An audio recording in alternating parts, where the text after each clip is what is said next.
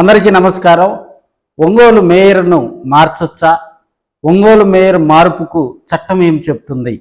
మనకి section 91/A ఏం చెప్తుంది?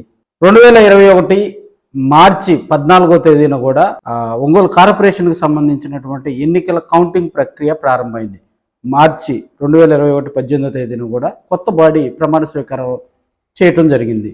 సో అక్కడి నుంచి 4 సంవత్సరాల వరకు ఒంగోలు మేయర్ మీద కానీ డిప్యూటీ మేయర్ మీద కానీ స్టేట్ వైడ్గా కూడా ఎక్కడైనా కూడా మేయర్ మీద కానీ డిప్యూటీ మేయర్ల మీద కానీ అవిశ్వాస తీర్మానం పెట్టడానికి లేదు. మనకు రూల్ నెంబర్ 91/A కూడా అదే చెప్తా ఉంది. దాన్ని నా దగ్గర ఇంగ్లీష్లో ఉంది, దాన్ని నేను తెలుగులో కూడా అనువాదం చేశాను.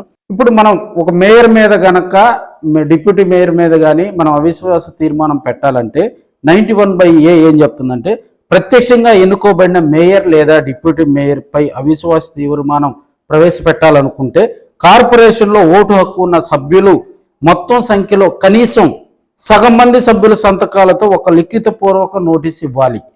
అలాగే ప్రతిపాదిత తీర్మాన ప్రతిని సంబంధిత జిల్లా కలెక్టర్కు నిర్ణీత విధానంలోనే అందజేయాలి.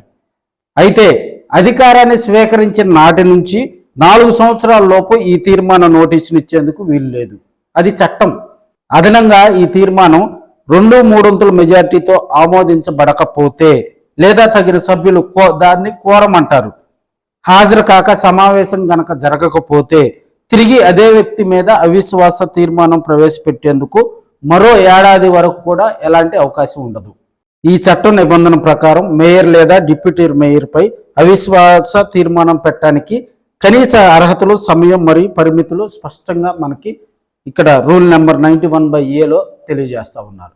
సో ఒంగోలుకు ప్రస్తుతం ఉన్నటువంటి మేయర్ గారు కూడా దాదాపుగా ఇంకొక నెలలో 4 సంవత్సరాలు పూర్తి చేసుకునేటువంటి సందర్భం అయితే మనం చూడబోతా ఉన్నాం.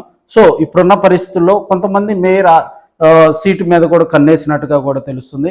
మరి ఇప్పుడు ఉన్నటువంటి రాజకీయ ఎమ్మెల్యే గారు కానీ ఇక్కడ ఉన్నటువంటి రాజకీయ ప్రతినిధులు మేయర్ను మారుస్తారా, లేకపోతే ఇప్పుడు పాత మేయర్నే కంటిన్యూషన్ చేస్తారా అనేది కూడా కొంత సందిగ్ధంగా ఉంది.